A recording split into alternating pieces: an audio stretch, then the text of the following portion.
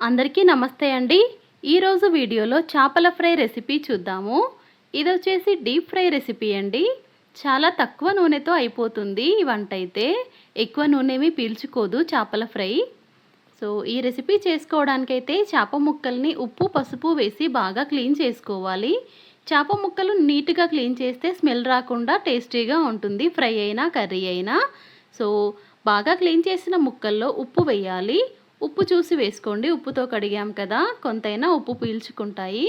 అందుకని 1 tea spoon ఉప్పు, 1 table spoon కారము, పావు టీ స్పూన్ పసుపు, అర టీ స్పూన్ ధనియాల పొడి, 1 టీ స్పూన్ అల్లం వెల్లుల్లి పేస్టు, అర టీ స్పూన్ జీలకర్ర పొడి, 2 టేబుల్ స్పూన్ల కార్న్ఫ్లవర్, 2 టేబుల్ స్పూన్ల బియ్యం పిండి, 2 టేబుల్ స్పూన్ల శనగపిండి. ఇవన్నీ వేసి ఒక నిమ్మకాయ రసం పిండాలి. ఇప్పుడు దీంట్లో కొంచెం కొంచెంగా నీళ్లు వేసుకుంటూ ఆ పిండి మొత్తం ముక్కలకి కోట్ అయ్యేదాకా కలపాలి. మరీ లూజ్గా అయితే కలపమాకండి. జస్ట్ ఆ ముక్కలకి పిండి మంచిగా అంటుకుంటే ఆ స్టేజ్లో నీళ్లు పోయడం ఆపేయాలి. ఒక చిన్న టీ గ్లాస్లో సగం నీళ్ళైతే సరిపోతాయి, ఎక్కువ నీళ్ళేమీ పట్టవు. ఇంకా టైం ఉంటే కనుక ఒక 4-5 గంటల పాటు మ్యారినేట్ చేసుకోండి. లేదంటే కనీసం 1 గంట సేపైనా కలిపి పెట్టుకుంటే ముక్కలకి ఉప్పు కారం అనేది పట్టి ఫ్రై టేస్టీగా ఉంటుంది.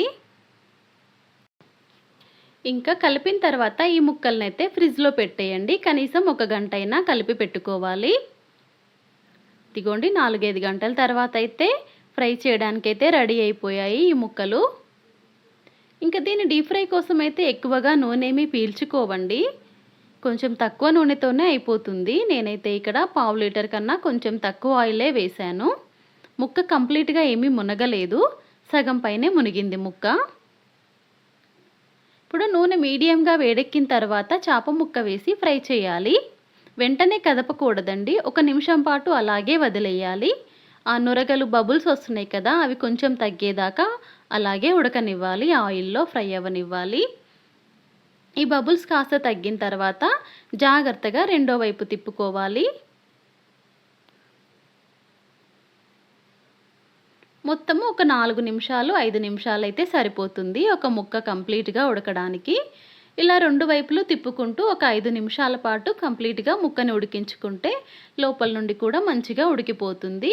హైలో అయితే పెట్టకూడదండి, మీడియం టు లో ఫ్లేమ్లో అడ్జస్ట్ చేసుకుంటూ ఫ్రై చేసుకోవాలి.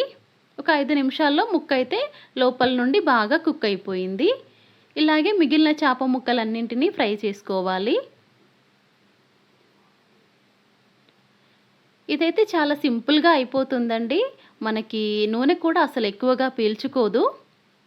ఈ వీడియో నచ్చితే ప్లీజ్ లైక్ చేయండి, ప్లీజ్ సబ్స్క్రైబ్ చేసుకోండి. Thanks for watching.